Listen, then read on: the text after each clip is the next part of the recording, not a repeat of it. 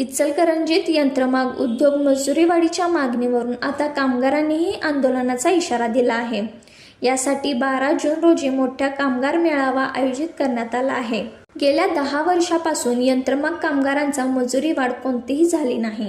2013 मध्ये 41 दिवसांच्या संपानंतर मिळालेल्या मजुरी वाढ हीच शेवटची वाढ ठरली आहे। त्यानंतर 2016 पासून मजुरी वाढीची अंमलबजावणी थांबली आहे।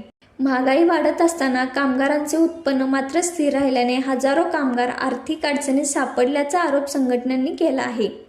तसेच किमान वेतन, हजेरी काढा आणि पगारपत्रक यासारखे मूलभूत हक्कही अनेकांना मिळत नसल्याची टीका करण्यात आली आहे।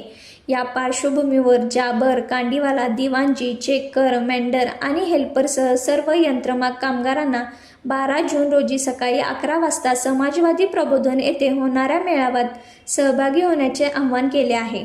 या मेळाव्यात पुढील आंदोलनाची दिशा ठरणार असून यंत्रमाग कामगारांच्या या लढ्याकडे आता संपूर्ण इचलकरंजीचे लक्ष लागले आहे।